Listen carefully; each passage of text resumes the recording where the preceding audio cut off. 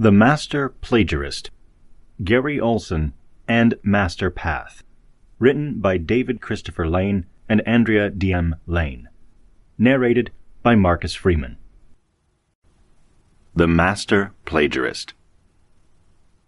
Following in the footsteps of Jerry Mulvin, Gary Olsen, also a former echist, founded MasterPath in the mid-1980s. Claiming the title of Shri, an honorific prefix which all three Ekankar masters have used for themselves, it is derived from Hindi and simply means sir or respected one. Olsen states that he is in a long line of Satgurus who have been appointed to act as vehicles for God to bring souls back home to the highest abode. Unlike Mulvin, whose terminology is closely linked with Ekankar, Olsen has taken a more traditional Shabda Yoga approach, basing much of his terminology on Radhaswami and Sant Mat. Though he also invokes Ekankar's unique definition of terms at places, his teachings lack the amalgamation of Scientology and Theosophy which Twitchell intertwined with Shabda Yoga. Olsen's MasterPath is an attempt to present Ekankar's version of Shabda Yoga without the admixture of other non-related New Age thought. In so doing, the MasterPath appears to be a fusing of Ekankar with more traditional Indian versions of Shabda Yoga, though without the moral restrictions, such as advocacy of a lacto-vegetarian diet. Back in 1995, I wrote Gary Olsen, former Ekankar member and founder of MasterPath, pointing out his extensive plagiarisms from copyrighted Radha Swami Satsang Beas books. I received a phone call a day or two later at my office from his secretary, asking if I would be willing to fly out to New Mexico to meet with Gary and discuss the issue. They even kindly offered to pay for the trip. I declined. Gary eventually called me on the phone himself, and I informed him that I was going to post my findings on the web, which back then was still in its infancy. He admitted on the phone that he had indeed plagiarized from some Radha Swami books, but pleaded that it was unintentional and that he meant no harm. We went back and forth on how he would issue a worldwide apology for his appropriations and how I would post it on the internet. Gary also promised that he wouldn't plagiarize in the future and would properly cite his materials in future discourses and books published by MasterPath. The following is Gary Olsen's original apology. Gary Olsen's apology for plagiarizing. Hi, Dave. Would you please post this memo? Thank you. Shri Gary Olsen, dated September 11th, 1995. MasterPath has utilized a number of Radha Swami Satsang Beas publications in their written discourses. However, it is not properly cited or referenced these copyrighted materials. MasterPath regrets this mistake and is committed to revising all of their publications in order to clearly identify Radha Swami masters and books when quoted. MasterPath accepts full responsibility for improperly using copyrighted materials and will refrain from doing so in the future. MasterPath also apologizes for any confusion this may have caused. Signed, Shri Gary Olsen, MasterPath. I think it was the next day that Gary sent me a pot of flowers as a token of his appreciation for the deal that we hammered out. Surprisingly, after things settled down, Gary took me in his confidence and revealed that he actually lived in Glendora, just a few miles away from Mount San Antonio College. Why he wanted to have me meet him in New Mexico, was he planning on taking the same flight with me from Los Angeles International Airport, is still a mystery to me. Although I found Gary's plagiarism fairly overwhelming, he would later claim on tape that it was but a small percentage of the total writings in MasterPath. Be that as it may, Gary Olsen and MasterPath have not stopped plagiarizing their materials from Radha Swami books. This work is designed to graphically illustrate to what extent Gary Olsen and MasterPath have appropriated their materials. However, it should be noted that these plagiarisms are but the tip of a much larger iceberg of appropriations. It appears that the key source material here for Gary Olsen are 3 Radha Swami books: Discourses on Sant Mat by Sawan Singh, The Path of the Masters by Julian Johnson, and Science of the Soul by Jagat Singh. Each contains extensive glossaries. Gary Olsen used these books as part of his glossary material in his third volume of MasterPath, The Divine Science of Light and Sound. In the letter of acknowledgement to his book, published in May 1999, 2,000 copies, Gary claims that MasterPath teachings mostly parallel the writings of Sawan Singh and other saints within the Sant-Mat tradition. However, Gary Olsen neglects to mention that his book also copies, sometimes verbatim, from that same literature without direct references or quotes. The interested reader should keep in mind that the Radha Swami literature MasterPath appropriates was published and copyrighted at least 3 decades before Olsen's book. Ironically, Gary Olsen also copyrights his own works, even the ones with extensive plagiarisms, with the declaration of all rights reserved. Gary Olsen claims that he is a Swata saint, or born as a saint and already enlightened, even though a close analysis of his biography reveals that the source of his present ministry is based on his previous association with Darwin Gross and Ekankar.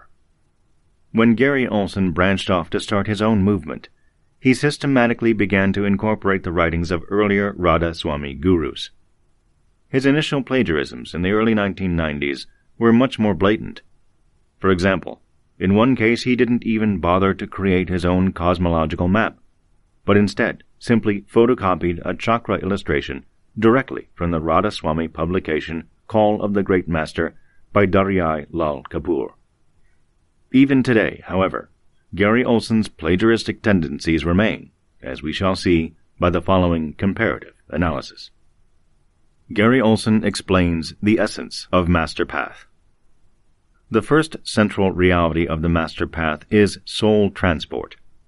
Every individual has the opportunity to explore the divine regions of light and sound on his own volition, after having the secrets imparted by a living master, and then discovering and identifying with the soul essence. The inner door opens and we experience soul transport firsthand. The second central reality is the audible life stream, the might stream that issues out of the Godhead. All creation came into being upon this sound current, and it on this gigantic river that all subsequent creation is sustained. A glossary comparison. The following comparisons provide an instructive glimpse into how closely MasterPath's ideology, or MP, mimics Radha Swami Satsang Beas's teachings, or RSSB, particularly as copied from the glossary in Science of the Soul, Beas Radha Swami Satsang, 1980. RSSB version, Agam Lok, literally the inaccessible region, the name of the seventh spiritual region. MasterPath version, Agam Lok, literally the inaccessible region, the name of the seventh spiritual region. RSSB, Alak Lok, literally the invisible or indescribable region, esoterically, the name of the sixth spiritual region. MasterPath, Alak Lok, literally the invisible or indescribable region, the name of the sixth spiritual region. RSSB, Allah, Arabic name of God, esoterically the Lord of the first spiritual region. MasterPath, Allah, Arabic term for God, esoterically the Lord of the first spiritual region. RSSB, And or Ananda, the lower portion of Brahman, the region between Pind and Brahman. MasterPath, And or Ananda, literally means egg or universe, esoterically the lower portion of Brahman, the region between the physical and causal, or Pind and Brahman regions, known as the astral region. RSSB, Ashtang Yoga, the yoga of 8 parts, the chief one being pranayama or the holding of breath. MasterPath, Ashtang Yoga, the yoga of 8 parts, the chief one being pranayama or the holding of one's breath.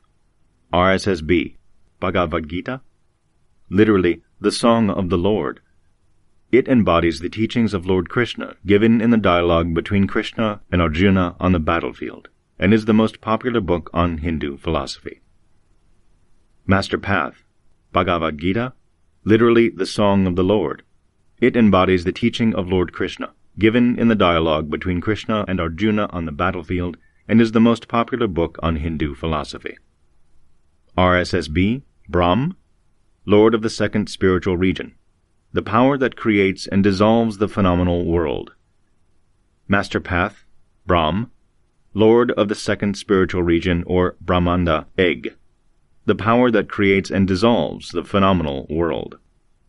RSSB, Brahma, the first of the Hindu triad, Brahma, Vishnu, and Shiva, in charge of creation below Sansas Dal Kanwal, the first spiritual region. MasterPath, Brahma, the first of the Hindu triad, Brahma, Vishnu, and Shiva, in charge of creation below Sanhas Dal Kanwal, the first spiritual region, ruler of the reproductive center in man. RSSB, Sant Mat, the teachings of the saints, the science of God realization, practiced while living in this world. It is the science of merging in the Supreme Creator, just as the drop merges in the ocean. This can be accomplished only under the guidance of a true master in the physical form.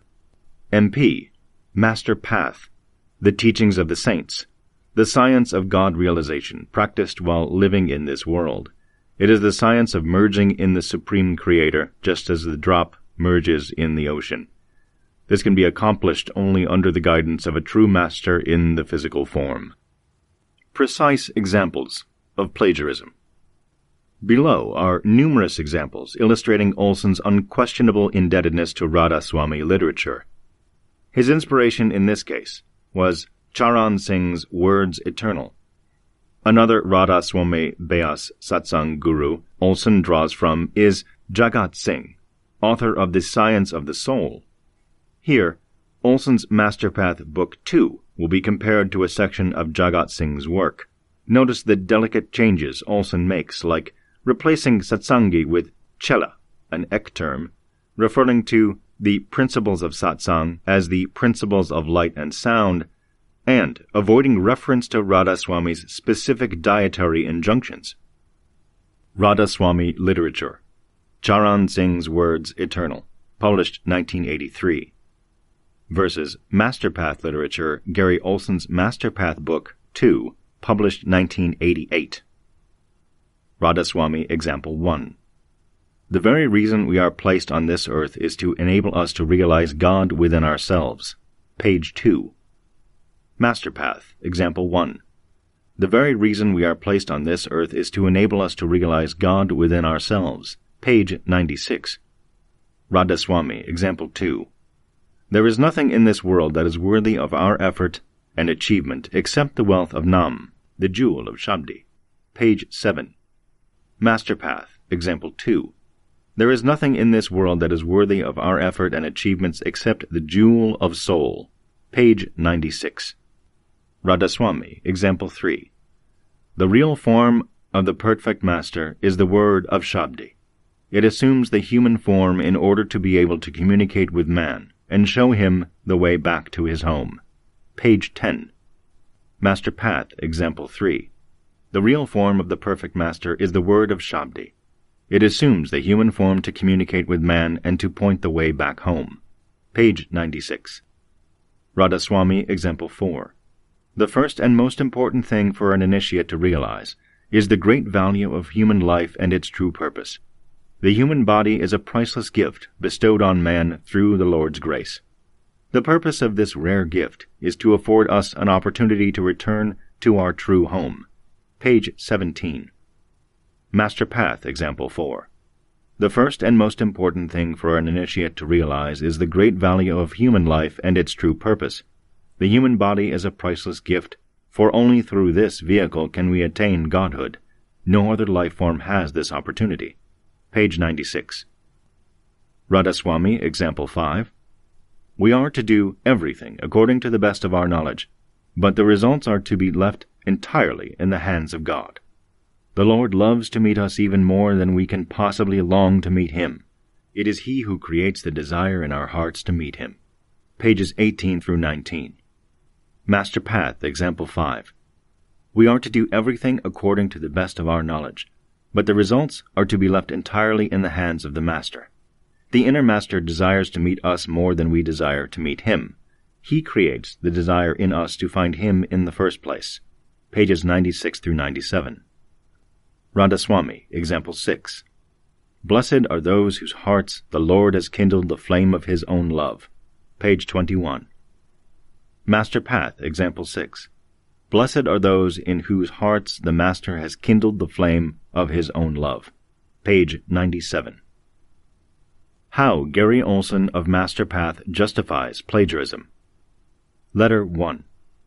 Dear David, in your new publication's critique of Volume 3 of Master Path, The Divine Science of Light and Sound, you are pointing out the existing plagiarism within its glossary, and you mentioned that this was not your own research, but that of an independent researcher who wishes to remain unnamed.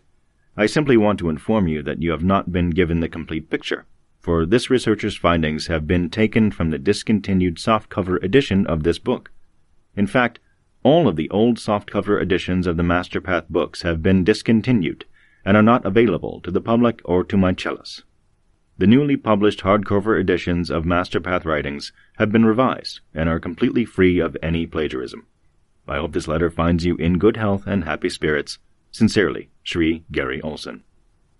Commentary. The softcover editions that were used in the previous study, however, were from the late 1990s, several years after Gary had issued his worldwide apology. A larger question looms over this issue, though. That is really the elephant in the room for Gary Olsen and Master Path. Why would a Swate saint, a claim that Gary provides for himself, have to plagiarize in the first place if he himself had direct access to the highest planes in existence? Letter 2. Dear David, thank you for responding so quickly, and I am happy to offer you an explanation. Immediately after posting the apology, I promptly began the process of revising the Master Path books in question, and I removed all objections you had noted and brought to my attention before republishing them in softcover editions.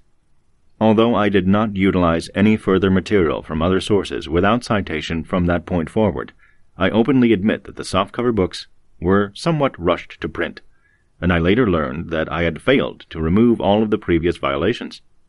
Upon realizing this, I began another, more thorough review of all of the Master Path materials and removed everything that I had overlooked. As this process also incorporated my own updates and additions to my original writings, it has taken years to complete. Best regards, Sri Gary. Commentary. I think Gary's admission here is to his credit. Compare and contrast it, for instance, with how Ekankar dodged its own plagiarism issue for years. However, as one ex-member mentioned to me in writing, would Gary have admitted his plagiarisms if he was not caught doing so? In other words, does a spiritual master who alleges to be given direct guidance by Anami Purush, the highest lord of all universes, need a literary policeman to check his work before publication? Moreover, Gary and Master Path are not giving away their wares for free, even if for a time he was appropriately freely from other copyrighted books, which raises an interesting ethical question. Does Gary or Master Path feel an ethical obligation to give some money back to its members for making a profit off pirated materials? What about the karma involved, given that Gary can write, "Humanity is unaware or very lax regarding the karmic principle, thus generates causes that create karma or indebtedness"? Letter 3. Hi, David. I am happy to give greater context to your question regarding my initial motives. In the years directly preceding the inception of Master Path, I repeatedly turned away spiritual seekers requesting my tutelage, for, in truth, I never had any intentions of starting a path or assuming the position of guruship. Contrarily, I actually redirected these seekers to the teachings of Sant Mat and made them aware of Radhaswami tradition, for it was what I knew to be the purest light and sound path of the time. However, these Western seekers began to return to my door, not only frustrated by an inability to resonate with the Eastern vows and delivery of the traditional Sant Mat teachings, but also at a loss in finding a pure Western delivery of the same. Thus, in my desire to serve the true spiritual current and these loving souls in any way I could, I was divinely guided and eventually driven to accept my first student, which marked the inception of the Master Path. As additional cellas began to arrive, and obviously as there were no Master Path writings at that time, I had to begin straightaway compiling instruction for these individuals' immediate needs. I certainly never attempted to posture myself as a literary or grammatical scholar, for my knowledge in these fields is sparse.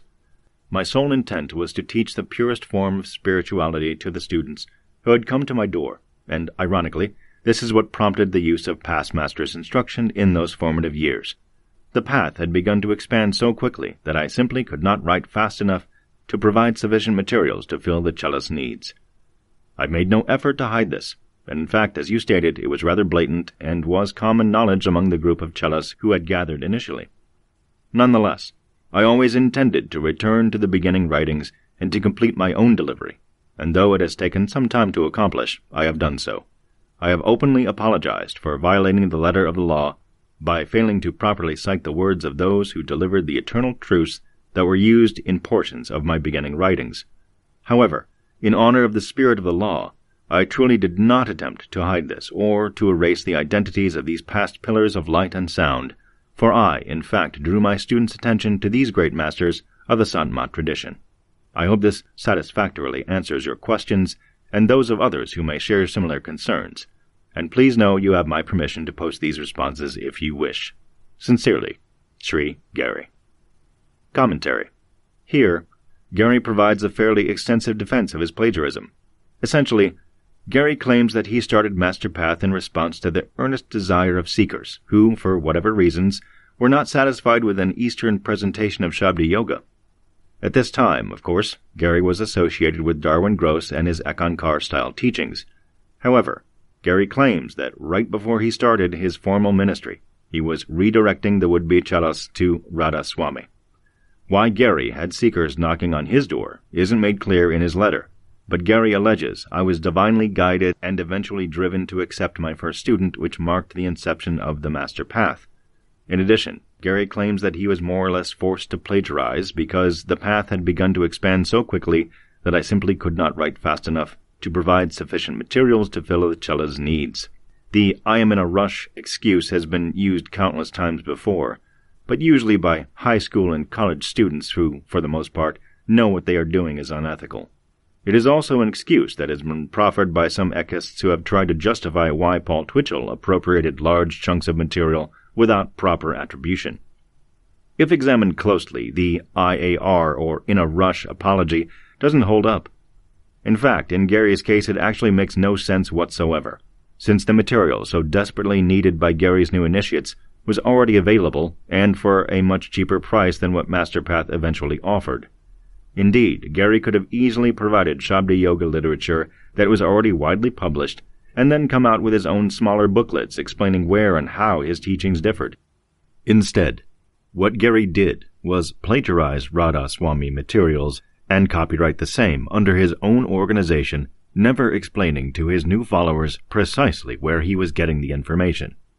The idea that a Swanta saint is in a rush and must plagiarize for the desperate needs of his growing followers is patently absurd, especially when one stops to consider that MasterPath materials cost on average 10 to 20 times more than what was already available through Radha Swami or Ruhani Satsang.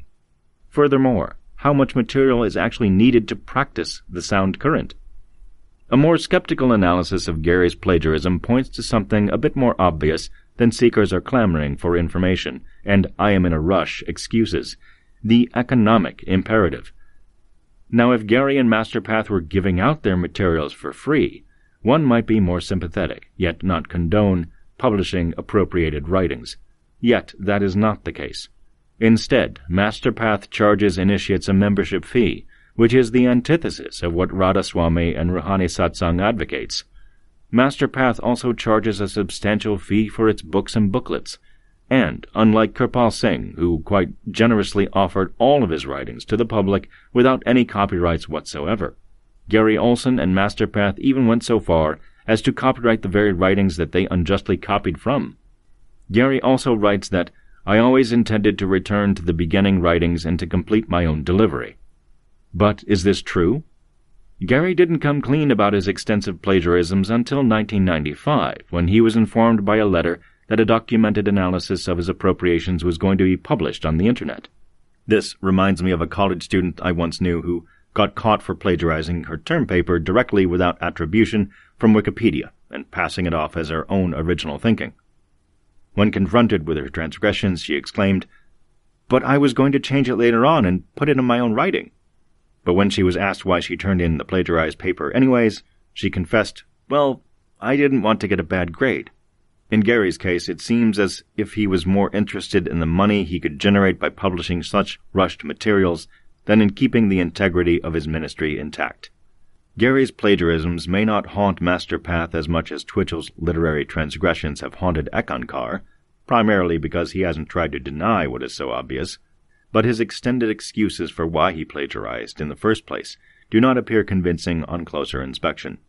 In fact, Gary's apologia raises more questions than it answers, especially if he desires to have seekers worldwide regard him as an enlightened spiritual master. A rush to publish, or a rush for payment? How Gary Olsen of MasterPath justifies plagiarism. Letter 1. Dear David, in your new publication's critique of Volume 3 of MasterPath, The Divine Science of Light and Sound, you are pointing out the existing plagiarism within its glossary, and you mentioned that this was not your own research, but that of an independent researcher who wishes to remain unnamed. I simply want to inform you that you have not been given the complete picture, for this researcher's findings have been taken from the discontinued softcover edition of this book.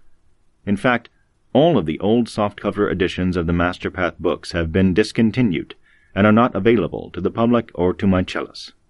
The newly published hardcover editions of MasterPath writings have been revised and are completely free of any plagiarism.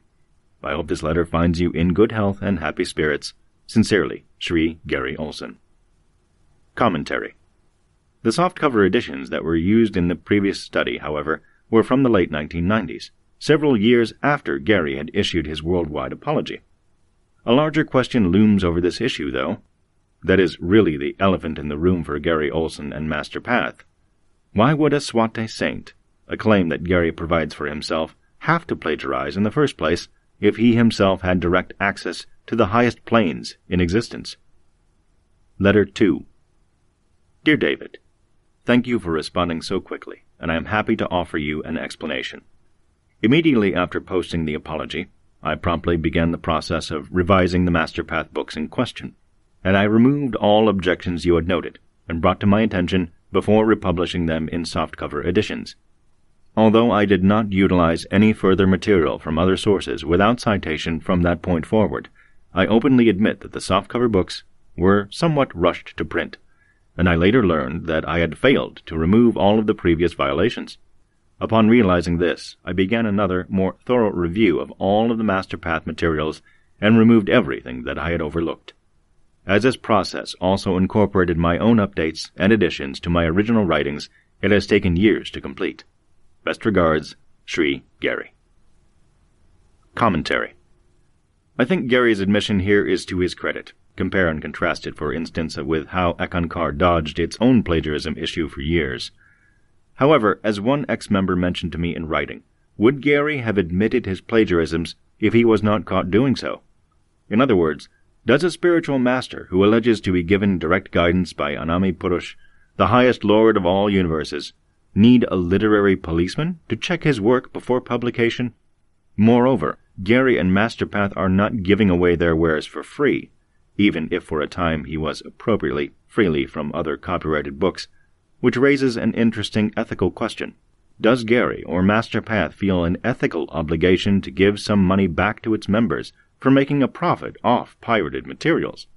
What about the karma involved, given that Gary can write, humanity is unaware or very lax regarding the karmic principle, thus generates causes that create karma or indebtedness?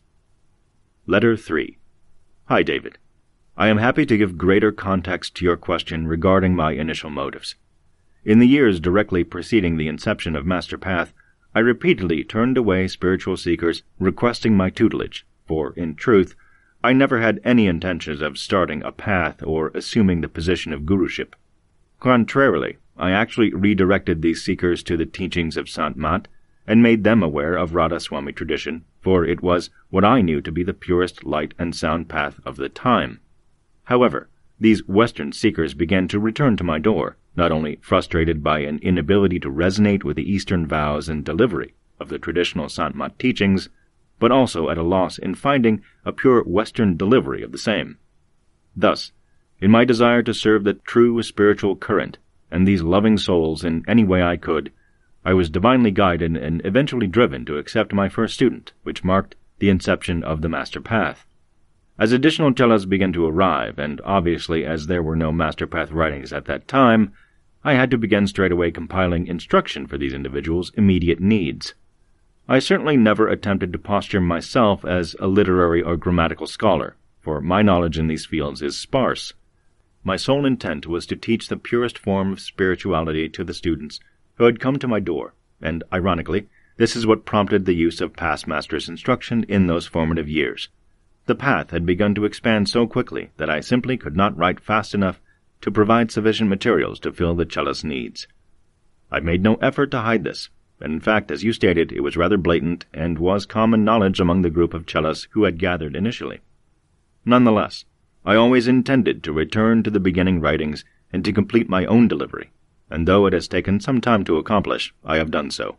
I have openly apologized for violating the letter of the law by failing to properly cite the words of those who delivered the eternal truths that were used in portions of my beginning writings.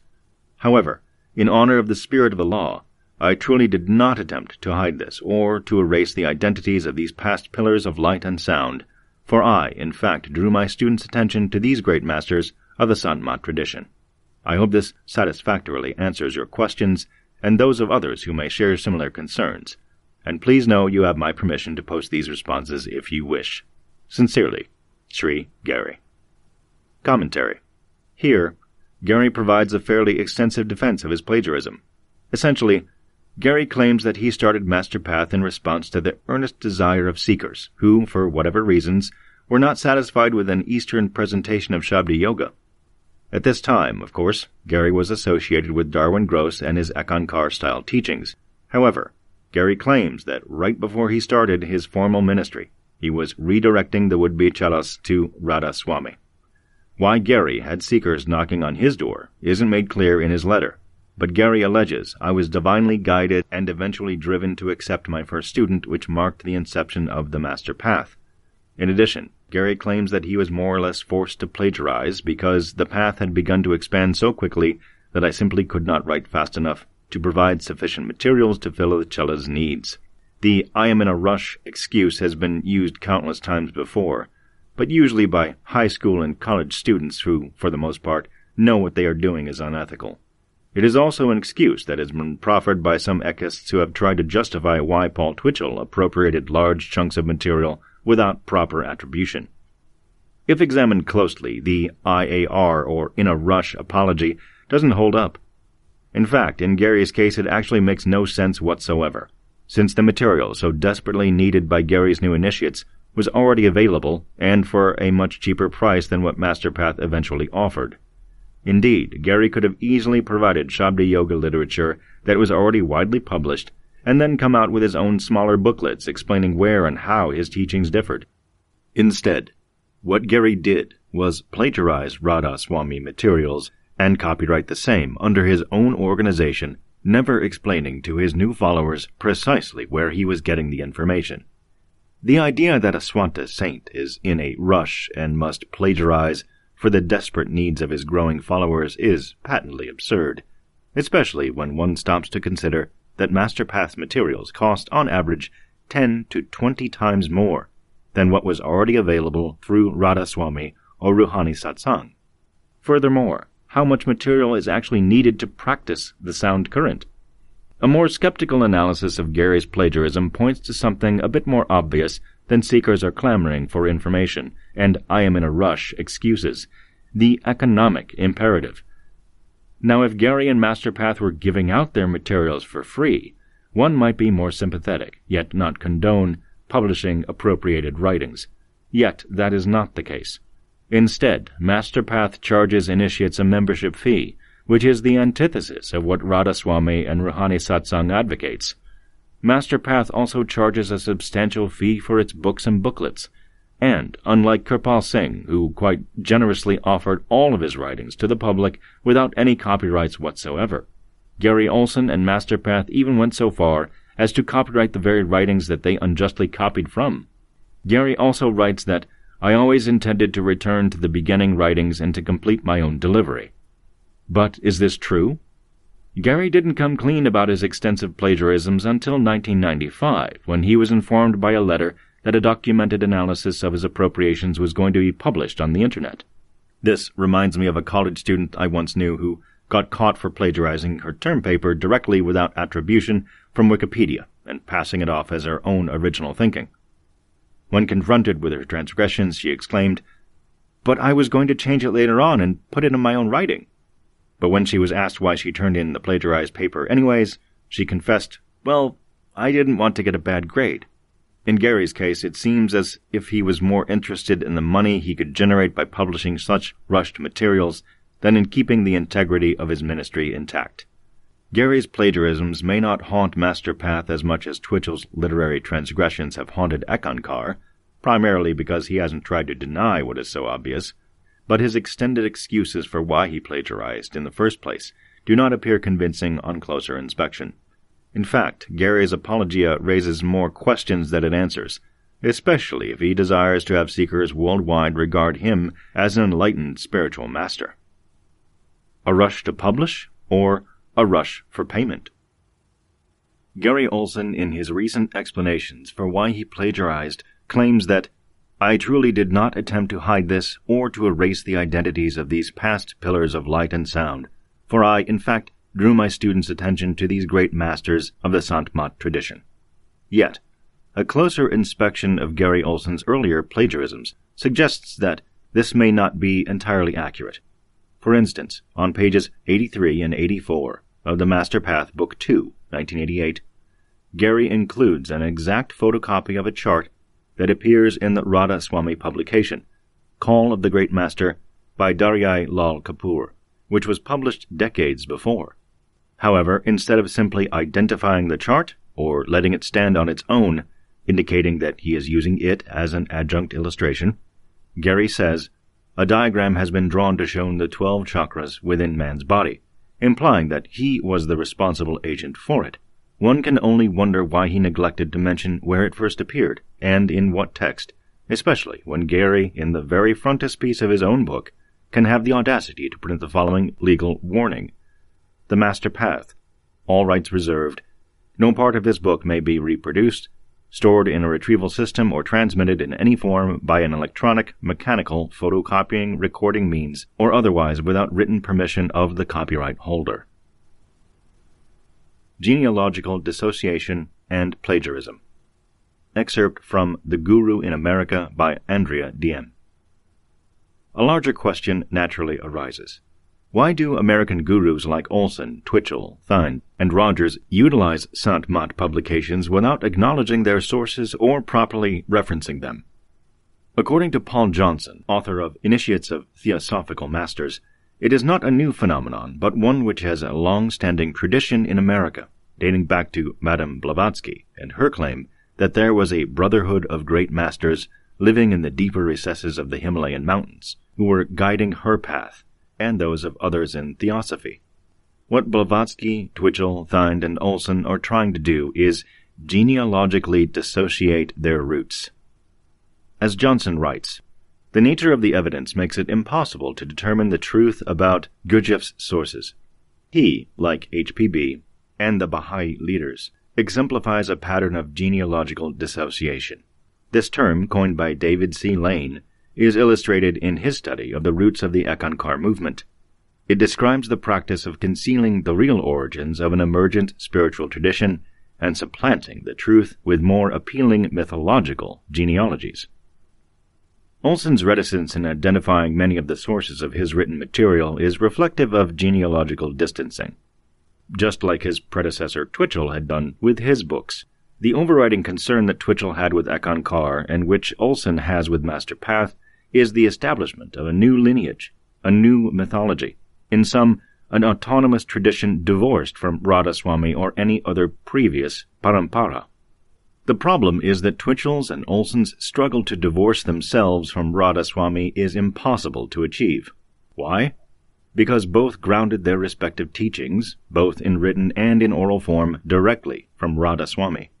For Ekankar and MasterPath to completely cut asunder their ties with Radha Swami would necessitate a wholesale transformation of their tenets, a transformation that both have been unwilling to do. Master Questions. Editor's Note. The following questions have been asked by a former follower of Gary Olsen and MasterPath. Although in the original publication we offer Gary a chance to respond, he and his group have not responded. Letter 1 from Gary Olsen. Gary states, I simply wish to inform you that you have not been given the complete picture. Yes, Gary, you are correct in your projection. The complete picture has not been given through the ambiguous and crafty explanations offered in your responses to David Lane. Can you answer the following questions? 1. Do you remember the glossy paper photocopied discourses you sent to the first 5 chelas who were part of the inception of MasterPath? Care to tell us the source and copyright holder of those discourses that you sent and sold to us? 2. Do you remember how many chelas were following MasterPath from 1987 to 1990, right before MasterPath became a 501c3 nonprofit? Gary states, I openly admit that the softcover books were somewhat rushed to print, and I later learned that I had failed to remove all of the previous violations. Upon realizing this, I began another, more thorough review of all of the MasterPath materials and removed everything that I had overlooked. 1. You speak in the first person, as though you were doing the work of editing your plagiarized books to remove the previous violations. If what you say is true, then why didn't you realize in the process that you and your wife failed? Miserably, I might add, and not just in this context, but I guess when you plagiarize, it's easy to forget what you have actually written. You did not even know or remember you had a first initiation booklet, 2005 experience I had with you and your wife. 2. How did you later learn? In other words, how was this fact brought to your attention? Letter 2 from Gary Olsen. Gary states, as this process also incorporated my own updates and additions to my original writings, it has taken years to complete. 1. What are your original writings? Updates? A little officey talk that I remember well, or is that new lingo for memos from God? 2. Name one book that you actually wrote from cover to cover that is completely free of all plagiarism. 3. Name one new book that you have written in the years from 1987 to 2006. Caveat: the cover-up, whitewash job of repeated editing by your wife and staff does not count as a new book that you have written, nor do transcribed seminar tapes remarketed in book format count as you writing a new book. This also includes contemplation notes sent as discourses and remarketed as books, and those sacred letters to seekers compiled and remarketed as books also do not count as you writing a book. 4. What was your source for the discourses? How extensive was or is the plagiarism? Letter 3 from Gary Olsen. Gary states, in the years directly preceding the inception of MasterPath, I repeatedly turned away spiritual seekers requesting my tutelage, for, in truth, I never had any intention of starting a path or assuming the position of guruship. 1. Who were these spiritual seekers you repeatedly turned away? 2. In truth, your wife spoke frequently for years prior to the inception of MasterPath that you and her were the next Paul and Gail. Gary states, contrarily, I actually redirected these seekers to the teachings of Sant Mat and made them aware of the Radha Swami tradition, for it was what I knew to be the purest light and sound path of the time. 1. You redirected seekers to Sant Mat. Really. I remember you and your wife channeling Ekankar to me, quite adamantly and strongly, to the point that your wife actually threw her gift of the Shariat Ki Sugmat along with a 5x7 of Darwin at me, because of my opposing and stubborn mind in not accepting Ekankar as a true path or teaching. I also recall you and your wife telling me about a $1,000 per-person private satsang you were hosting at your Glendora home for Darwin Gross. You also worked quite hard in setting up meetings in Fargo, North Dakota for Darwin Gross. I even accompanied your wife when she called on her old high school buddy to see if she could drum up airtime on the local news station for the event. And when those meetings failed to attract real interest, MasterPath was born within a very short time. 2. But here's my real question for you, Gary. If you really knew Radha Swami to be the purest, light and sound path, then why weren't you an initiate of Radha Swami? 3. Or was it just the purest path you knew from which to plagiarize in starting your own path? 4. Why didn't you give me Radha Swami Satsan Boa's books instead of Ekankar books? 5. Why did you follow Ekankar if you knew RSSB to the purest path? Didn't you hold meetings for Ekankar teaching the Ek way of life? 6. Why did you instruct your beginning chelas to not read any outside materials by other paths or teachings? At the time, you told us that we lacked the discriminatory skills to properly discern the subtle truth between the lines. How right you were. We never thought for a moment that your books were plagiarized, and you knew it. The only person who knew was your wife. Now that is the truth. 7. In 1995, you told us that 10 to 15% of the books were plagiarized. Now your books have been in the editing process from 1987 to 2009 and counting. So, why would it take so much time to correct what you represented as a minor oversight? 8. Now, in 2010, you tell us that you later learned that you had not removed all of the violations, and that upon realizing this, you began a more thorough review. Really, you are talking out of both sides of your dual mind, but I guess that is the reality and truth of your guruship. 9. Gary, I personally had 7 to 8 versions of MasterPath Volume 1, and each time that book was edited, every chela who purchased it paid another $20. The cost for printing your books was less than $5 per book. The amount I paid for that one book is equal to half the cost of the entire RSSB library, which, by the way, a person may order without having to become a dues-paying member. 10. I would also add that the 7 to 8 versions of that book does not represent the number of times it was edited in some form, and it is also a fact, confirmed in your own words, that the 7 to 8 versions of a single book that required repeated and significant editing still fell short in meeting the criteria for removing what you explained in 1995 as only 10 to 15% plagiarized. So, the hardcover edition of 2009 is what you consider to be a more thorough review to remove what you failed to realize between the years 1987 to 2006. Simply amazing how you guys come up with this crap. Equally amazing that people are still buying what you are selling, literally and figuratively. Gary states, I certainly never attempted to posture myself as a literary or grammatical scholar, for my knowledge in these fields is sparse. My sole intent was to teach the purest form of spirituality to the students who had come to my door, and ironically, this is what prompted the use of past masters' instruction in those formative years. 1. Sparse knowledge of literary ethics, literature, or grammar has nothing to do with purity of intent, and it doesn't take a scholar to know that simple truth. 2. Ironically, you created a plagiarized path much like your predecessor. You claim to be heir apparent to the inner lineage of Swamiji and Sawan even though you have never been an initiate of RSSB. You do not honor the spirit of the Santmat teachings. But I guess violation of the lineage tradition of Santmat as well as the Santmat initiation is also ironically insignificant and sparse in the field of self-proclaimed gurus. 3. Interesting that in your sole intent to teach the purest form of spirituality, you have created a dues-paying membership-only path ripoff of past masters' instructions that have made you a very rich man. Perhaps your awareness in the field of those past masters' teachings is as equally vapid as your literary knowledge is sparse. One of their cardinal principles is that no money can be charged for imparting the knowledge. Gary states, however, these Western seekers began to return to my door not only frustrated by an inability to resonate with the Eastern vows and delivery of the traditional Santmat teachings, but also at a loss in finding a pure Western delivery of the same. 1. Again, who were these Western seekers that began returning to your door? I was very close to you and your wife, and there were no such people.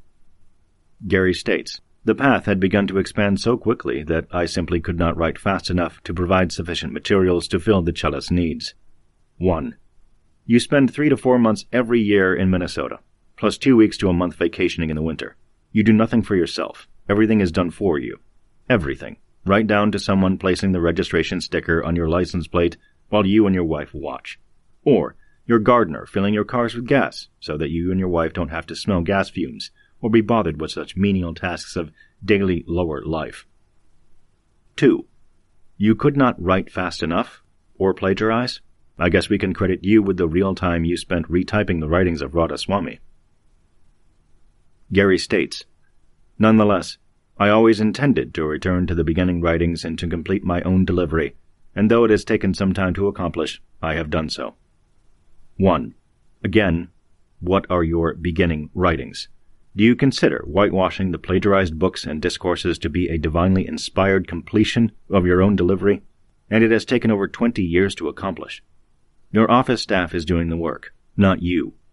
I'm not convinced you even wrote the responses to David Lane. Obviously, you, your wife, KW, and possibly DR and RS all played a role in composing it. I mean, lest we forget your knowledge in the scholarly fields of grammar and literary skill is sparse. Gary states, I have openly apologized for violating the letter of the law by failing to properly cite the words of those who delivered the eternal truths that were used in portions of my beginning writings. However, in honor of the spirit of the law, I truly did not attempt to hide this, or to erase the identities of these past pillars of light and sound, for I, in fact, drew my students' attention to these great masters of the Sant Mat tradition. 1. Violating the letter of the law was not just failing to properly cite, you also copyrighted the books and discourses. Portions? Again, Gary, if the plagiarism was so minor, why has it taken over 20 years to correct? 2. In honoring the spirit of the law in 2005, you specifically asked me to remove any reference to Ekankar beginning with the reference in the now defunct acknowledgement page that was included in every book from 1995 to 2006. You also asked that the word mest be checked, and to make sure that the words were mixed up so they did not read matter, energy, space, and time, which I know now comes from Scientology. 3. You drew our attention to dead masters by saying they taught the same thing you are teaching. Last thought for you, Gary, in honoring the spirit of the law, you frequently state in seminars that if a Chela ever found something purer or higher than Master Path, then they should let you know and you would go for it too. Well, you consider the Radhaswami to be the purest teaching you know. I hope you share the good news at your upcoming seminar. But perhaps it is your Western mind and its attachments that would experience the greatest difficulty in following the vows of traditional Satmat. No meat, no drugs, and 2.5 hours deep meditation daily. The hue sound meditation technique.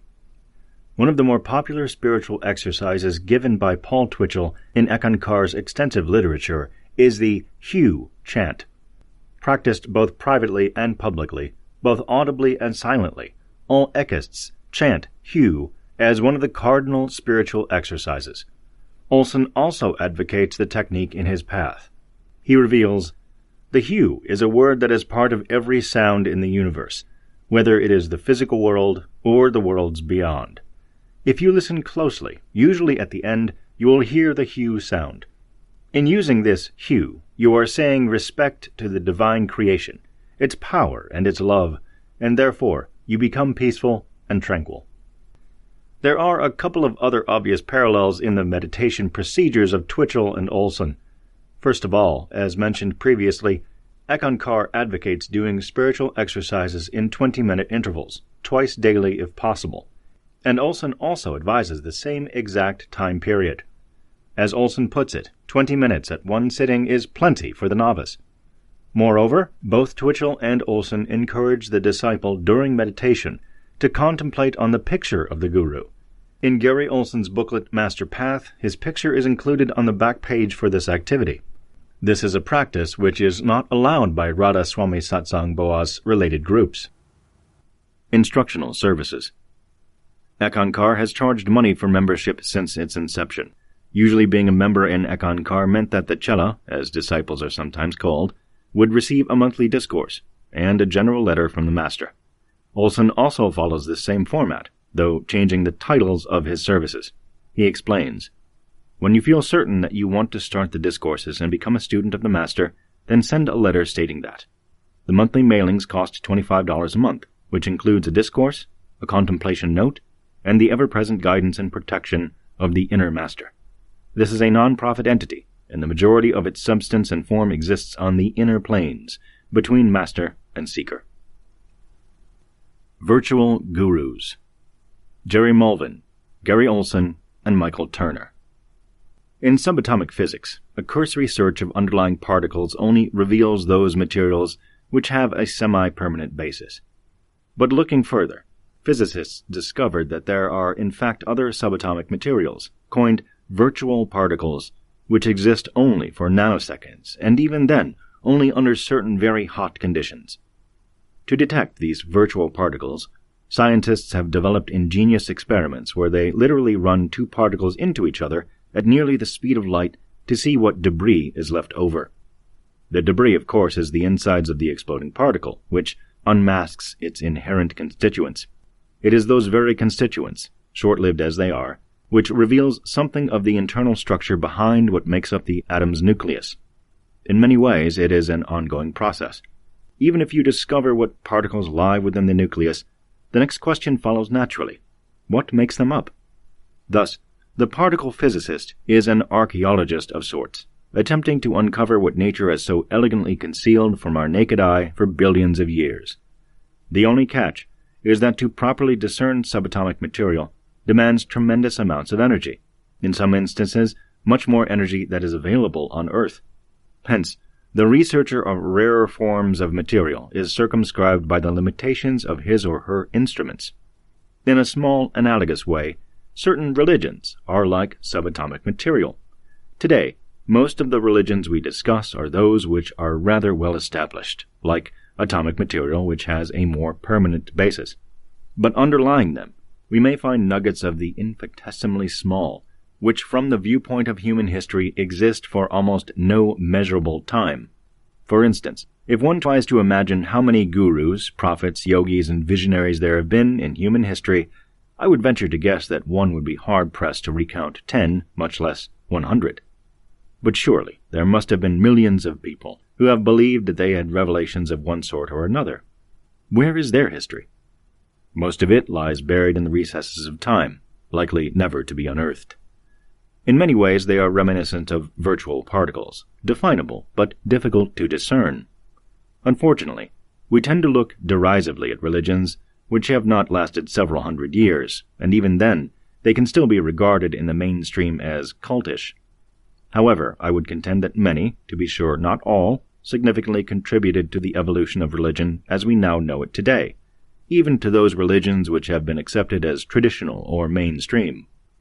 Thus, it can be rightly argued that what passes as religion is merely the tip of a huge iceberg that has been forgotten or neglected.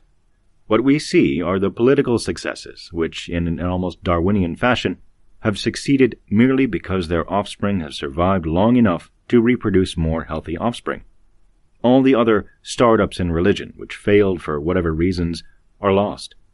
And yet, it may have been these very failures, at least in terms of numbers or reproductions, which helped their counterparts to succeed in the first place. The history of religion, I would argue, would benefit greatly by trying to capture the forgotten history of what I term virtual gurus. Similar to the virtual particles in an accelerator tunnel, virtual gurus are those religious leaders which have too small a following, or live for too short a period, or are overshadowed by larger prophets of the time to be fully noticed and recognized in history. Like the particle zoo in physics, where the names of so many exotic small bits of matter defy any clear classification, there was and is a zoo of gurus lost to scholars and lost to our common understanding. Looking at the world of Radha-Swami offers us a portal into the sheer quantity of would-be messiahs. Already there have been over 100 masters claiming divine godship connected with the ministry of Shiv Dayal Singh in Agra.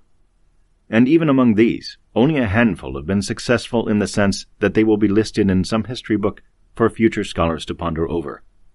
The majority of lesser-known masters in Radha-Swami will no doubt be forgotten, or if one or two are remembered, it will be as footnotes for interested historians. Gary Olsen and Ekankar. On almost all key features, Olsen's teachings parallel Ekankar's. The following are areas in which Olsen's Master Path is similar to Paul Twitchell's Ekankar. Dreams as an avenue for spiritual unfoldment. Unlike Radha-Swami, which disdains dreams as mostly projections of the lower mind, Ekankar advocates dreaming as A Royal Road to Spiritual Progress. Gary Olsen also agrees with his mentor, Paul Twitchell, on this issue, and advocates dreams as a viable means for inner progress. Writes Olsen, "If there is anything you do not completely understand or believe, please ask for assistance from the inner master. During the dream state, my italics, and in contemplation, the master will help you understand the greater mysteries." For many, the claim that spiritual experiences can occur in the dream state may be an attractive one. Since dreams are part of one's daily life, the opportunities for religious visions are vast. A feeling of comfort and security may arise believing that the master is regularly manifesting. Thus, disciples of Ekankar and MasterPath receive an almost immediate boost when they begin on the path, unlike those in Radhaswami, who may spend years meditating before any kind of spiritual state is believed to be reached. Olsen's Planes chart, given in his booklet MasterPath, 1993, reveals a significant influence from Paul Twitchell's God Worlds chart, which Twitchell copyrighted in his book, The Spiritual Notebook.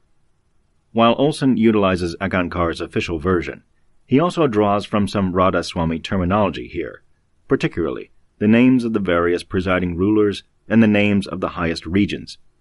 See the appendices for a comparison of Twitchell's and Olsen's cosmologies. A more detailed cosmology is offered by Olsen in an early work, MasterPath Book 2, 1988, which is almost a near match with the Radhaswami cosmology found in Daryai Lal Kapoor's Call of the Great Master from 1964. Both authors describe 12 states of consciousness, the first 6 being the classic Indian chakras, and later 6 being beyond the third eye. In his cosmological chart, Olsen not only refers to the same deities found in Radhaswami literature, but he also mentions the same signposts, like the Crooked Tunnel, intended to direct the soul back to Sakkant, the highest spiritual region. In fact, Olsen is so indebted to Radhaswami that his chart appears to have been a photocopy of Kapoor's, which he then slightly altered. Hence, Olsen is clearly relying on both Ekankar and Radhaswami for his sources of inspiration. The Sacred Writings.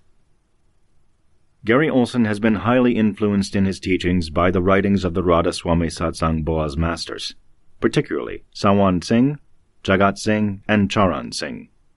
However, Olsen has, like his predecessors before him, particularly Paul Twitchell, attempted to veil his indebtedness to Radhaswami.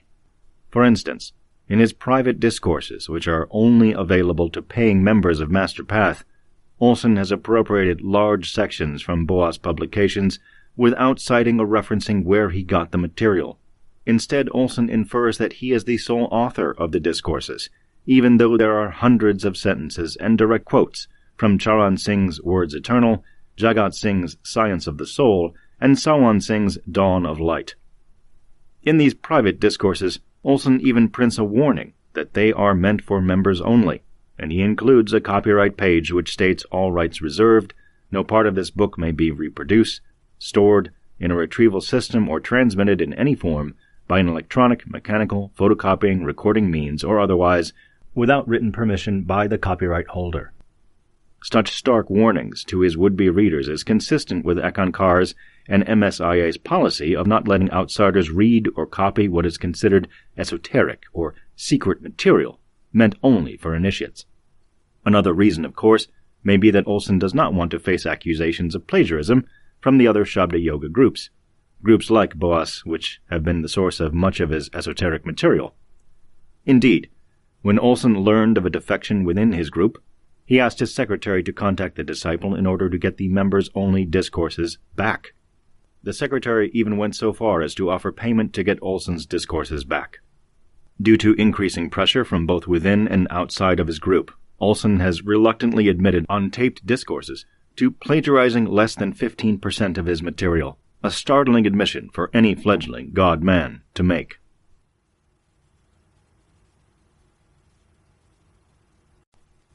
Appendix 1. Ekankar. David Christopher Lane, Encyclopedia.com. Ekankar was founded by Paul Twitchell, 1909 to 1971, in California in the mid-1960s.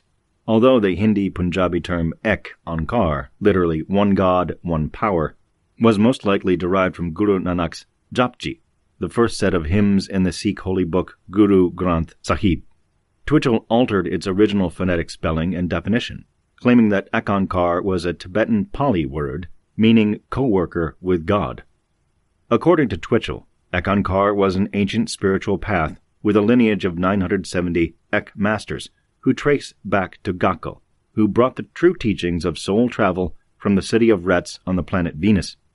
Twitchell alleged that through this biolocation philosophy, a neophyte can leave his or her body via an inner light and sound, and soul travel to higher regions of consciousness, which lead ultimately to the Supreme Lord Sugmat.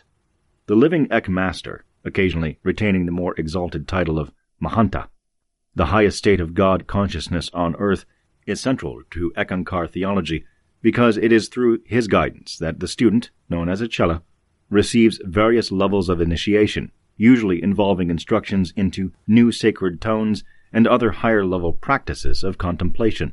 In an early article entitled The Cliffhanger, published by Psychic Observer in 1964, Twitchell explained the basis behind his new group.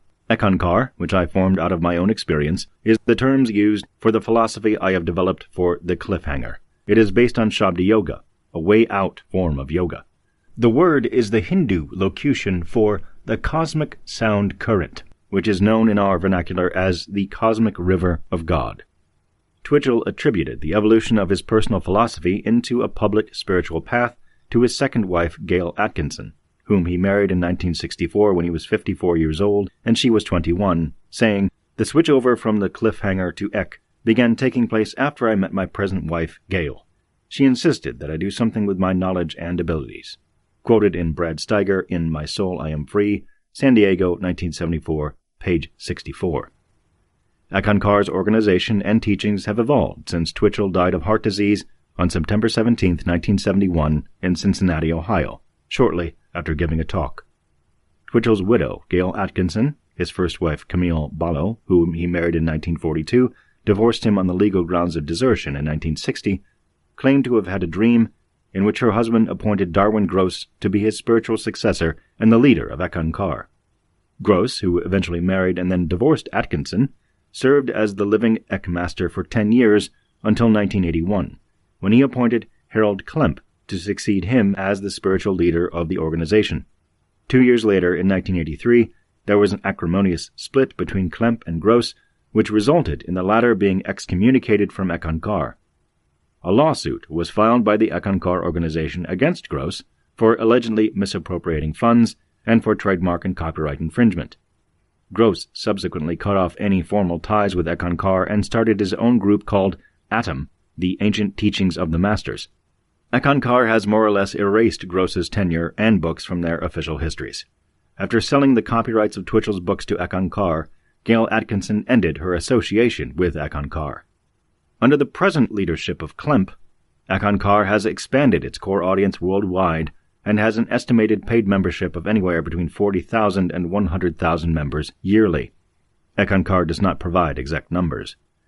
Klemp has also produced a wide-ranging series of books and discourses, and has moved Ekankar's former center of operations from Menlo Park, California, to Chanhassen, Minnesota, where he established the Temple of Ek. According to his own accounting, Ekankar has members from over 100 countries around the world. During Klemp's tenure, Ekankar has also systematized its teaching and made it more accessible to the general reading public by lessening its emphasis on Twitchell's extensive use of Indian-influenced terminology, particularly Hindi and Punjabi. Ekankar's official website presents a codified version of its belief system. Soul is eternal, and is the individual's true identity. Soul exists because God loves it. Soul is on a journey to self and God realization. Spiritual unfoldment can be accelerated through conscious contact with the Ek, Divine Spirit. This contact can be made via the spiritual exercises of Ek and the guidance of the living Ek Master. The Mahanta, the living Ek Master, is the spiritual leader of Ekankar. Spiritual experience and liberation in this lifetime are available to all. You can actively explore the spiritual worlds through soul travel, dreams, and other spiritual techniques. Ekankar has weathered a fair storm of controversy since its inception, primarily because of questions concerning Twitchell's alleged plagiarism, biographical redactions, and purported historical antecedents. First, Twitchell claimed that while traveling in Europe and India, he was taught Ekankar by the two former masters who preceded him, Sudar Singh of Allahabad and Rabazar Tas, a supposed 500-year-old Tibetan monk. However, there is no documented evidence providing that Twitchell had visited these countries when he claimed he did, or that either Sudar Singh or Rabazar Tas are genuine historical figures. Rather, there is ample evidence, even from Twitchell's own pen, that he was associated with Swami Premananda of the Self-Revelation Church of Absolute Monism in Washington, D.C. from 1950 to 1955, when he was asked to leave the church compounds for personal misconduct. Additionally, Twitchell received initiation into Shabda Yoga in 1955 from Kirpal Singh, the founder of Ruhani Satsang in Delhi, India, while the guru was on his first tour of the United States. He kept in close contact with Kirpal Singh via correspondence for at least a decade, and took his wife Gail to see the Indian guru and have her receive initiation from him in San Francisco in 1963. Twitchell also joined L. Ron Hubbard's Church of Scientology in the 1950s and eventually served for a short time as his press agent and wrote a number of articles for the group. With the founding of Ekankar, however, Twitchell altered his biography and redacted references to his former teachers and replaced them with a hierarchy of Ek masters. He even changed his birth date, claiming on his second marriage certificate that he was born in 1922, subtracting some 13 years off his age. He also eventually denied his initiation under Kirpal Singh and threatened to sue his former guru over what he considered defamatory claims concerning his discipleship. A number of Twitchell's books on Ekankar contain large chunks of material appropriated from sources he failed to reference. Twitchell seemed particularly fond of plagiarizing whole passages from Radhaswami Satsang Boss author Julian Johnson, whose two books, With a Great Master in India, 1934, and The Path of the Masters in 1939, contributed to much of Ekankar's specialized terminology that draws extensively from the Sant-Mat tradition of northern India, an eclectic spiritual movement that includes such poet-saints as Kabir, Dadu, and Tulsi Sahib. While Gross denied such appropriations for over a decade, the current Ek leader, Harold Klemp, has acknowledged some of Twitchell's plagiarism by calling him a master compiler. Regardless of these continuing controversies, Ekankar has become an exceptionally successful religion, with centers spanning the globe.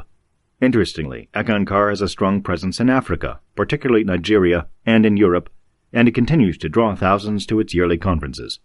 While Ekankar has been directly influenced by the Self-Realization Fellowship, Theosophy, Scientology, and particularly Sant-Mat, via its specialized version of sound current yoga, it has, in turn, influenced a number of new religious offshoots, including the Movement of Spiritual Inner Awareness, or MSIA, founded by John Roger Hinkins, Master Path, founded by Gary Olsen, the Ancient Teachings of the Masters, or ADAM, founded by Darwin Gross, the Divine Science of Light and Sound, founded by Jerry Mulvin, the Sonic Spectrum, founded by Michael Turner, and the Higher Consciousness Society, founded by Ford Johnson. Each of the founders of these groups was at one time a member of Ekankar, and they have all incorporated many Ek terms and ideas into their respective organizations. Ekankar's future looks bright as it enters its 5th decade of existence. Appendix 2. The Spiritual Crucible. A Critical Guide to America's Cultic Renaissance. First published in Exposing Cults, 1994. The 1980s may be known in the future by spiritual aspirants as the decade of the fallen guru. Already a number of prominent and respected religious masters in India and elsewhere have had their secret private lives exposed. Hidden Swiss bank accounts, extensive cases of plagiarism, sexual misconduct, violent retaliations against detractors, egotistical power plays, drug trafficking, and more. It is no longer in or respectable to follow a guru. The New Age is growing old. The Aquarian conspiracy is backfiring. The Golden Age of Enlightenment is rusting. What happened to the consciousness revolution? Critical reasoning. Instead of a quantum leap into transformed dimensions of awareness, spiritual seekers have begun to develop a keen sense of discrimination. Since the Jonestown tragedy, it is no longer sensible, according to the general public, to forego one's rational mind in the hope of a transcendent paradise. Crucial questions arise. If the teachings don't make logical sense on this plane, what is the assurance that they will come together in the higher astral worlds? Why does my teacher have the privilege to rationalize away his or her worldly expressions of anger and lust as part of his or her awakening method, when my same actions are always called vices to be conquered? Is the thinking mind really the enemy that should be suppressed and fought? More and more questions such as these are being posed by serious religious practitioners who are no longer satisfied with purely dogmatic and fundamentalist perspectives on spiritual liberation. Indeed, they argue, if humans are truly striving for an enlightened state, then all parts of their being should reflect that truth, the soul, the mind, and the body. To castrate one versus the other, as Descartes did with the mind and the body, is to allow for only a schizophrenic view of the universe. That is, the body is always evil, and the soul always good. God, in the meantime, ceases to be the Lord of all and becomes the chosen God of the few. The end results? Politics replaces spirituality. To overcome this tenacious dualism, certain sincere seekers are discovering ways in which reason helps and promotes spiritual practice. Ken Wilber, perhaps the most articulate spokesman of this emerging group, points out in his groundbreaking overview of human evolution, Up from Eden, that critical intelligence is not an obstacle in the soul's progression back to God, but a beneficial and necessary step. To disavow reasoning and its strengths, Wilber emphasizes, is not a progressive way towards self-realization, but a regression into mental infancy. Genuine saints and gurus, though their number may be few, do not ask for blind obedience. Quite the contrary. They demand individual responsibility and maturation in the face of one's real and eternal condition. Unlike their charlatan counterparts, sincere masters invite critical thinking. As one teacher put it, question everything, even your guru's actions and teachings, until you satisfy your intellect. Even if you spend your whole lifetime in such an endeavor, it is not time lost, but time gained. You will be building a foundation on rock, not sand. But how does one know if his or her spiritual master is authentic or misguided? How can one distinguish between a legitimate and beneficial path and a self-serving and corrupt organization? No doubt these are difficult questions, but they can be answered. This article is an attempt to help clarify many of the muddled issues now facing the spiritual community. It does so by offering a unique crucible wherein a series of key questions are asked and examined. Each of these questions is designed to reveal the relative degree of legitimacy and authenticity of one's chosen master and path. For some, it will be an awakening experience, while for others it will be an outward confirmation of what they already intuited. In either case, the crucible will hopefully spark deeper investigation of all aspects of one's spiritual development. Although guidelines have been proposed by several religious groups to help would-be seekers decide which path or guru is the highest, almost all of them suffer from a clear case of what sociologists and anthropologists now call ethnocentrism, the tendency to see other people, cultures, religions solely in terms of one's own worldview. Surely, no critical guide will be exempt from a certain amount of prejudice or bias, but it can be minimized if the template we employ to appraise matters and new movements is drawn from transcultural sources and is interdisciplinary in scope. To accomplish this aim, the following test was compiled from 4 distinct schools. 1. Transpersonal psychology, Ken Wilber, John Wellwood, and others. 2. Advaita Vedanta, Ramana Maharshi, Nisargadatta Maharaj, and others.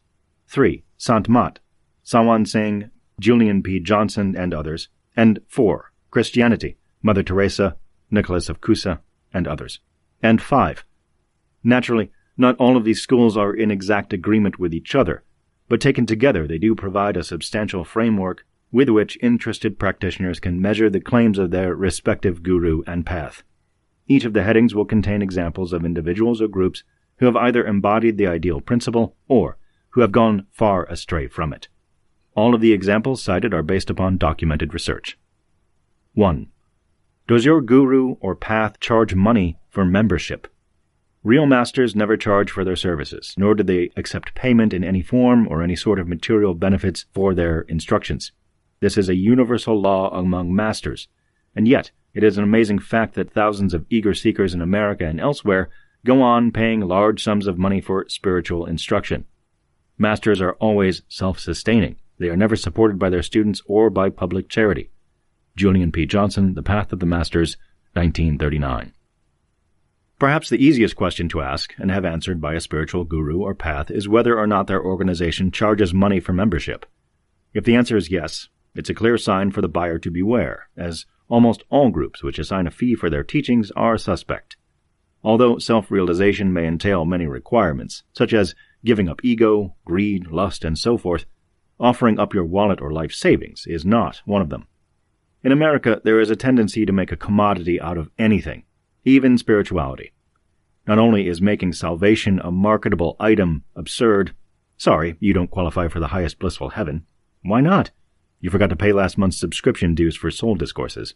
But it allows for a number of unscrupulous individuals to make huge sums of money off naive seekers. Bhagwan Rajneesh, more than any other Indian guru in America, illustrated this fact with his excessive wealth and predilection for Rolls Royces, which amounted to 90+. Although money is necessary to keep movements functioning, the publishing of books, etc., there is a distinct line between obligatory payments, even if they are disguised as love offerings, and unsolicited donations. The latter has justifiable reasons behind it, whereas the former makes religion a business enterprise, with a very lucrative tax shelter. Interestingly, there are comparatively few spiritual groups which do not charge money for membership. Thus, this first criterion is a rather simple way to ferret out the possibly genuine guru or path from the less valid ones. Check out the movement's financial situation closely, keeping a close eye on where and to whom most of the money collected is going. If the particular organization is resistant to giving out such monetary information, then it can be safely assumed that the guru and path in question is more concerned with fiscal matters than with upliftment of the mind and spirit. 2. Does your spiritual teacher have a high standard of moral conduct? Once I was coming to India from Baghdad on my annual leave. At Makina camp, I was waiting for the ship for my homeward journey. As there was yet some time for the arrival of the ship, I thought I would have some puffs of tobacco. So I went to the kitchen of some laborers to collect fire from their place. The workmen had left for their earnings after finishing their meals. A 4-anna coin was lying near the fireplace. I looked all around to confirm that nobody was seeing me and picked up the 4-anna coin, collected the necessary fire from my tobacco, and returned to my bed. When I reached my place, I thought, "You receive 500 rupees per month. Why have you picked up this coin so stealthily?" I repented upon my foolish act and gave away that coin to someone. It is very easy to preach and sermonize others, but most difficult to be practical in one's life. Baba Fakir Chand, the unknowing sage. A truly enlightened master is, by virtue of his attainment, a moral human being. For, unlike most of struggling humanity, the realized sage has transcended the ego and its limitations and become consciously aware of his real relationship as an indivisible part of God's being. As such, an enlightened master would exhibit ethical qualities far beyond those manifested even by noble worldly souls. In light of this, it is particularly distressing to note that a large number of so-called gurus are quite unethical in their behavior. This ranges from improper business deals to sexual misconduct, personal violence, and even criminal activity. As Julian P. Johnson correctly observes, "If I were looking for a master, I would first of all make the most critical inspection of the man's life, to determine if he had any of the ordinary imperfections of character usually manifested by the average man. If I found him to be a perfect man, when studied as a man, I would then begin my study of him as a guru. But if he failed to pass inspection as a man, I would at once give up the search of him as guru or master." However, though some teachers have been known to engage in immoral actions, naive followers try to find ways to justify such behavior. The problem with attempting to give metaphysical explanations for what would otherwise be considered ordinary events is that it enables ambitious masters to bypass standard morality in the name of a higher authority. What is needed in appraising spiritual claims is a religious version of Occam's razor, the scientific or philosophical rule which requires that the simplest of competing theories be preferred to the more complex, or that explanations of unknown phenomena be sought first in terms of known quantities, wherein seekers have a predisposition for the more logical, common-sense interpretation of allegedly transcendent actions. Is it really necessary to explain away a guru's lust or misdirected practices as being motivated by the Holy Spirit, God, or Mother Shakti? Gurus don't hesitate to point out their devotees' weaknesses, nor should disciples be hesitant in criticizing their teachers' faults when they appear. Critical exchange is crucial and healthy for any type of relationship, including teacher-student ones. 3. Does your master make claims about his or her spiritual development, powers, or attainment? If any man claims to have attained the highest in spiritual development, that claim of itself may be taken as conclusive proof that he has not attained so much. Julian P. Johnson, The Path of the Masters, 1939. Good masters might indeed be divine, but they are also human. Even Christ was said to be one person, Jesus, with two natures, human and divine. Further, the fact that a guru has been thoroughly educated in soul and spirit does not mean he or she has been thoroughly educated in body and mind. I have yet to see a guru run a 4-minute mile with his perfect body or explain Einstein's special theory of relativity with his perfect mind. Ken Wilber, From Eye to Eye. Almost all of the world's great religious scriptures universally acclaim that humility is one of the chief virtues of an enlightened human being. Yet, many of the most popular gurus today speak out quite stridently about their spiritual attainments. Some, like Satya Sai Baba of South India, even claim to be God incarnated. Others, perhaps less absolutist but nevertheless confident, allege that they have access to the Supreme Being on a day-to-day basis. It is roughly estimated there are over 1 million gurus in India, most of whom claim to have direct contact with the highest reality and truth. What is the seeker to do? Whose statements should he or she believe? None of them. Spirituality, according to true mystics of all ages, is an experiential science, one which demands not blind faith and belief, but rigorous practice and application. Indeed, as Ken Wilber points out, authentic mysticism is a provable discipline, since it enables a practitioner to see directly higher transpersonal regions of consciousness. Therefore, the necessity for belief in a teacher's claims is uncalled for. Rather, what is needed is experimental verification of the path he or she advocates. All too often, religious seekers become armchair speculators versus actual practitioners, thereby basing their judgments on a mere intellectual appraisement of the master and not in direct interaction with his or her teachings. If any guru demands belief in his or her status, it is obvious what they are teaching is not spirituality or mysticism, but dogma and conversion.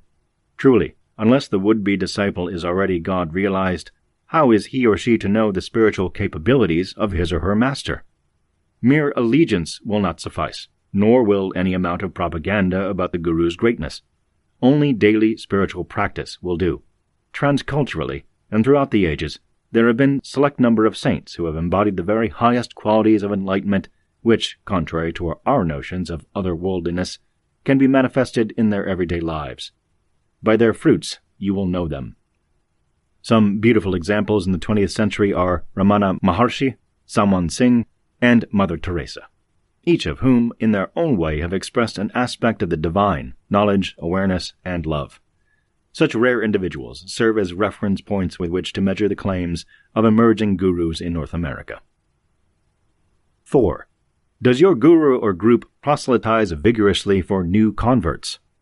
Any group out to save the world is potentially problematic, because it rests on an archaically narcissistic base that looks altruistic or idealistic, but in fact is very egocentric, very primitive, and very capable of coming to primitive ends by primitive means. Ken Wilber, From Eye to Eye, 1983. Regardless of how the proselytization is disguised, any guru or group which advocates a vigorous program of recruiting new converts acts as a dividing force in the society, cutting directly into family and relationships. Such conversionary emphasis tends to create factions where none had existed before. I am saved, you are still lost.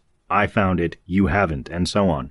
This kind of dualism has many forms, ranging from the blatantly obvious, as we find in fundamentalist Christian and Islamic sects, to the subtly hidden, as did you get it, Scientology, are you clear, and certain esoteric groups which play on such notions as initiated versus non-initiated, as determining factors of self-worth and social stratification.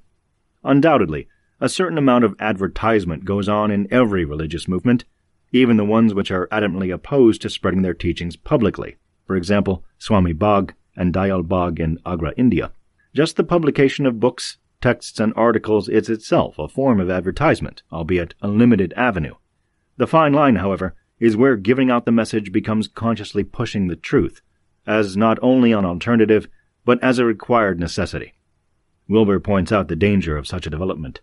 Such obsessive drivenness is always open to problematic occasions, not the least of which is the fact that if you have the way, then that end will justify virtually any means, up to and including holy war.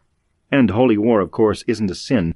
It isn't murder, because the people you are killing in order to save aren't really people. They're infidels. If the guru or path really does have the glimpse into the transcendental truth of the universe, then the concern will not be with preaching that insight, but actually exemplifying it. As is well known in parental and teaching circles, the most accomplished parent and teacher is the one who says the most not with words, but with actions. This simple truth, though used as a cliché, should be kept in mind whenever encountering a new revelation. 5. Who appointed your teacher to be a master? Cult leaders are often self-styled prophets who have not studied with great teachers or undergone lengthy training or discipline themselves. Many of the most dangerous cultic figures of our times have no such stabilizing context of tradition, lineage, or transmission, but are self-proclaimed gurus who sway their followers through their charismatic talents. John Welwood, from On Spiritual Authority. Successorship controversies are some of the most intricate and confusing issues that a spiritual seeker can face. A number of perplexing questions may arise. Is my guru really enlightened? Did my teacher truly receive the mantleship from his master? Why is my movement's history disputed by outside scholars, etc.? The forthcoming answers are rarely simple and airtight. There is always a strange twist, an odd fact, a peculiar story, which upturns even the most stalwart of followers. The only remedy to doubt is not blind belief or dogma, but the ability to allow the mind to question and to embrace the paradoxical nature of the world. This kind of recourse enables the discriminating mind to exist alongside the devotion-laden heart. However, certain requirements of historical legitimacy must be met before the seeker can relax into his or her practice with relative confidence. Most importantly, the guru must have confirmation for his claim of mastership by outside sources. If this requirement is bypassed, then the neophyte runs the risk of having only his teacher be able to validate his realizations. Such single-source legitimacy, as Wilbur terms it, is open to a series of problems, not the least of which is excessive narcissism on behalf of the guru, who becomes, by virtue of his self-appointment, the final and only authority for spiritual matters. Verification, therefore, is not only helpful in determining the master's real status, but is necessary in moving religious endeavors out of isolation, where excess and ethical transgressions are more likely to occur. As John Welwood argues, many of the world's great religious traditions have lines of spiritual transmission. In other words, a person's realization is tested by his teachers before he is allowed to represent himself as a master. This is especially true in all the major lineages of Buddhism, as well as in other Asian traditions. The process of testing and transmission serves as a kind of quality control to ensure that a given teacher does not distort the teachings for his own personal gain. Yet, in the midst of this convoluted myth-making, how is the unsuspecting seeker to know? Therefore, it is of particular importance that the historical antecedents of any guru or group be thoroughly investigated. Though the search may not be easy, it is a must if there is to be any intellectual integrity on the part of the disciple. 6. Are the central teachings of the guru or movement trans-rational or pre-rational? The aim and object of all religions, and of all ancient seers, has been to take the soul, by one means or another, back to its source. Perfect is he who, by practice and meditation, lifts his soul to its real abode, freeing it from all bonds, both internal and external, gross, subtle, causal, and thus detaches his mind from the world and its phenomena. The perfect sadhus, the real jnanis, true lovers or devotees of the Lord, are those only who reach the last stage. They who only talk of the perfect ones or read their teachings to others without reaching the stage or practicing towards that end are only intellectuals and theorists. Shiv Dayal Singh, from Sar Bachan Prose. Contrary to what most secular humanists believe, like Paul Kurtz and Isaac Asimov, true religion is a trans-rational endeavor to achieve higher states of consciousness beyond the verbal mind. Genuine mystics are not concerned with pre-rational forms of behavior, such as mythic logic, groupthink, dogma, obedience without insight, and so forth. These types of thinking work against rather than promote spiritual enlightenment. An authentic tradition centers its teachings on direct, personal contact with the supreme reality by engaging in day-to-day meditation, prayer, or zazen. Nothing can substitute for the disciple's own effort and inward progress, not vicarious atonement, not the burning of karmas by the guru, not God's grace, though all of these elements have their part. Individual action, though, understood in relationship with the Lord's mercy and grace, is stressed above all else by genuine gurus and movements. No true mystic will ever ask a student to believe in him or her blindly or follow the teachings uncritically. Comments Tulsi Sahib, a renowned saint in the Sant Mat tradition who lived in the 19th century, "When with my own eyes do I behold, then I shall accept what the Sat Guru saith." Adds Guru Nanak, the founder of Sikhism, "Until with my own eyes do I see, the word of the Guru satisfieth me not." And finally, writes Shiv Dayal Singh, "Know thou thyself by thyself, believe not at all what others say." What are transrational practices? Disciplines which concentrate on higher, not lower states of consciousness, and which enable the student to master the lower tendencies of the mind. Hence, transrational engagements do not squelch critical thinking, but actually help the reasoning process by allowing it to see more fully the vast potential of human life. As Wilbur so clearly indicated, there is a fundamental difference between a sangat of meditating Zen monks and a clan of deluded Jim Jones devotees. The former is transrational because the monks take their intelligence with them into Satori, whereas the latter is pre-rational because Jonestown's members forsook their individuality for regressive, magical, mythic belonging. 7. What are the day-to-day results of your interaction with the guru or path?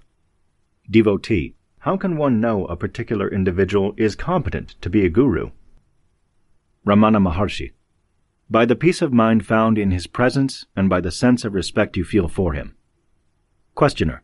How can I make out whom to follow and whom to mistrust? Sri Nisargadatta Maharaj. Mistrust all until you are convinced. The true guru will never humiliate you, nor will he estrange you from yourself. He will constantly bring you back to the fact of your inherent profession, and encourage you to seek within. He knows you need nothing, not even him, and is never tired of reminding you. If the guru or movement is authentic, they will help you to better understand yourself, your family, your relationships, and God. Such understanding, however, does not necessarily mean that your worldly life will improve accordingly. For instance, following a spiritual path does not ensure one against losing money, facing natural catastrophes, and struggling with domestic problems. It only helps one in coping better with all the various aspects of human existence. Obviously, the results of your interaction with the guru or path should be apparent to your close associates. More openness, kindness, compassion, selflessness, honesty, and loving devotion. If these qualities are not exhibited, it can be due to two reasons.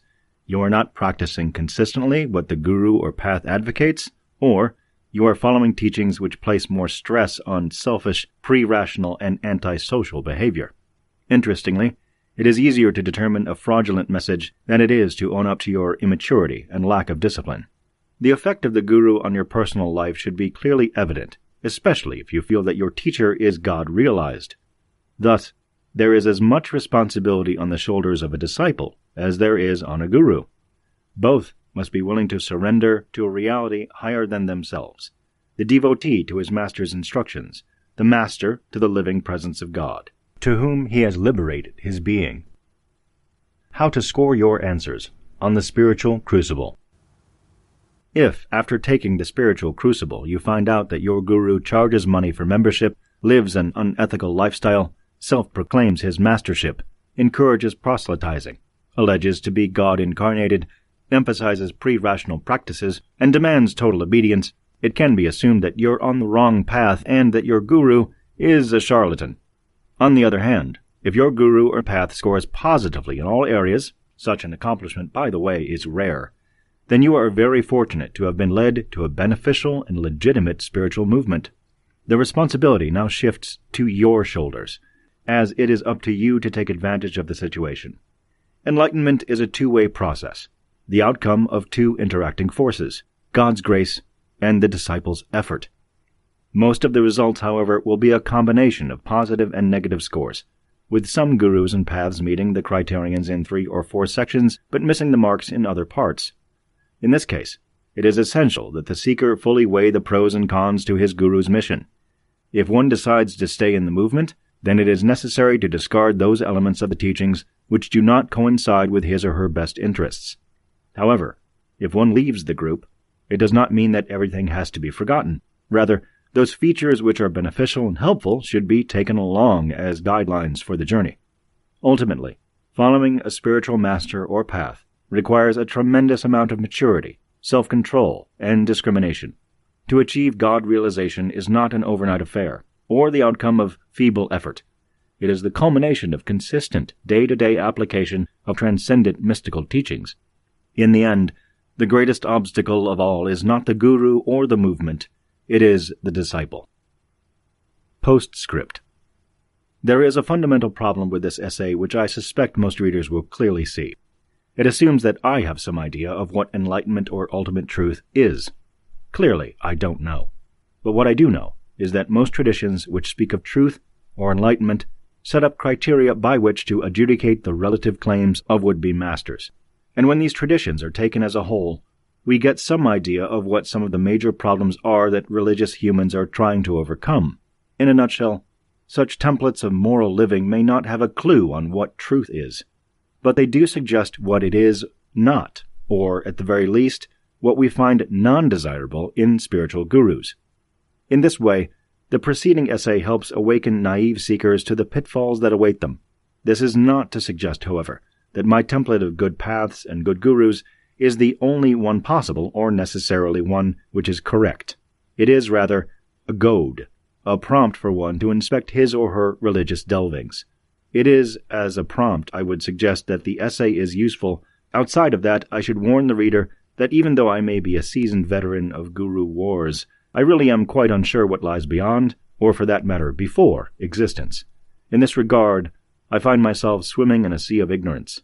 Thankfully, it appears that I have trillions of companions.